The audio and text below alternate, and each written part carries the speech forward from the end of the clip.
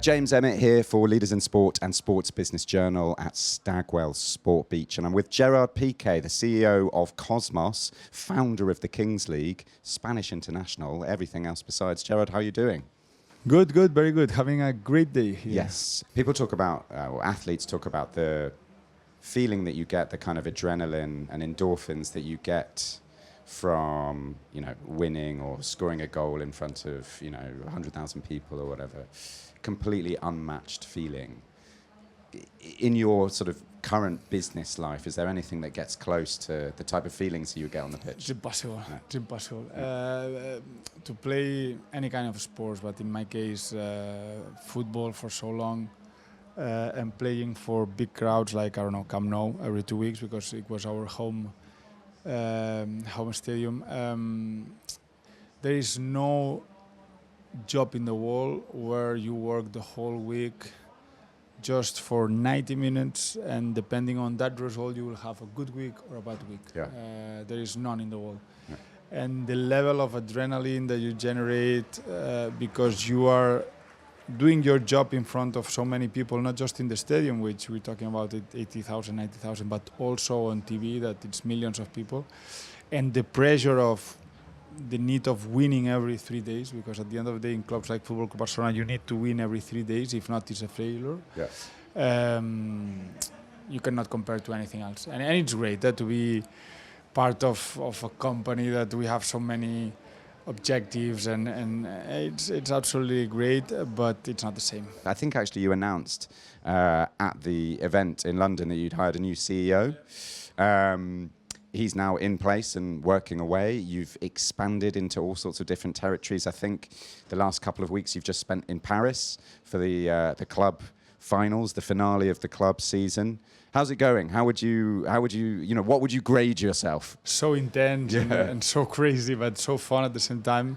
In the last 5 months, we have expanded in 4 different countries. So we started with Spain, then we went to Mexico in 2024.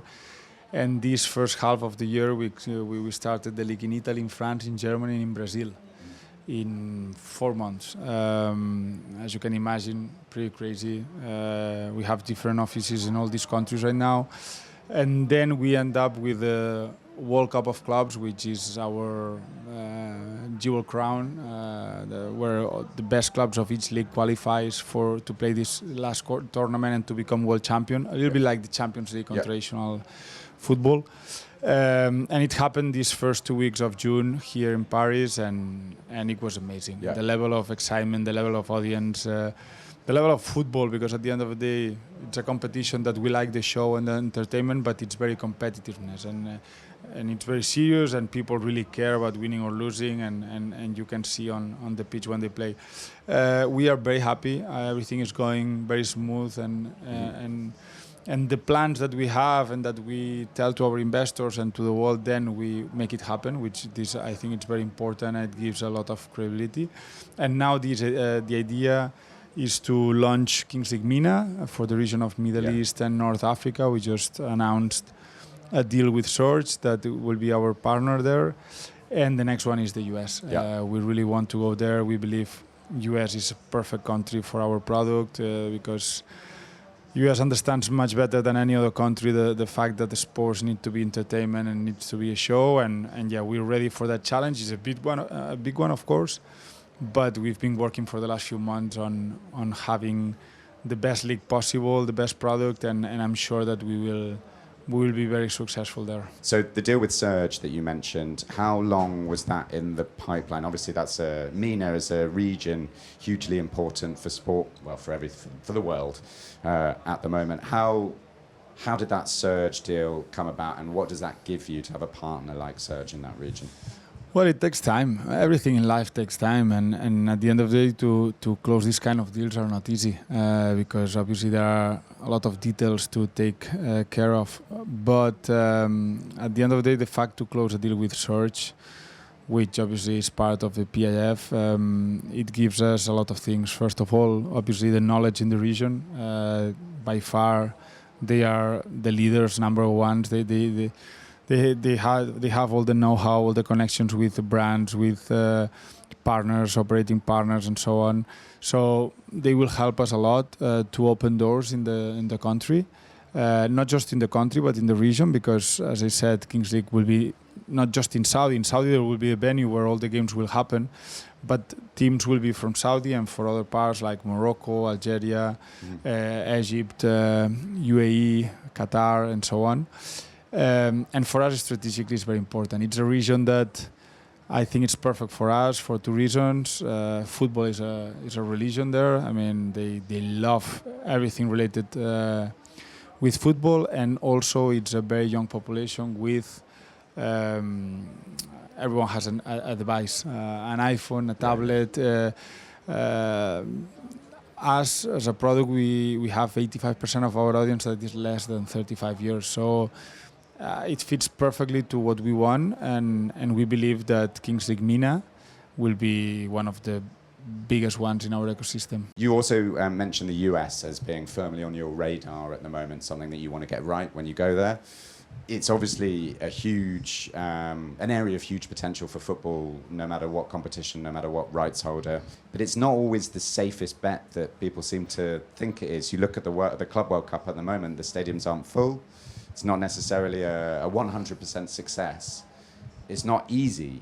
What lessons can you learn from that, do you think? Well, I mean, it's a tough one because, of course, you would think that FIFA World Cup of Clubs, it's a very sexy name and a sexy competition with most of the biggest brands and clubs in the world. So it's not easy. And I know that FIFA is trying, and they really want this competition to be a success, and also the FIFA World Cup of 2026. That obviously it's a big, huge priority for FIFA. I'm sure that they knew in advance, FIFA, because you can control the numbers and everything, and they expected that it would be difficult and tough to sold out all the games, but no one expected those images. They are painful, and let's see how FIFA react to that. I didn't want to talk to you without mentioning an organization that seems to be mirroring yours in a lot of ways, and definitely competition for you guys at the Kings League, but Baller League seems to have a very similar product, making a similar noise in the market. What's your take on facing them as competition? Well, one thing we have clear is that if people copy you, is because you're having success. At the end of the day, in life, when we started in January 2023, 3 months later, in March 2023, we were solding out Camp Nou, 92,000 people. You can imagine that for us, this was like, whoa, what's happening here?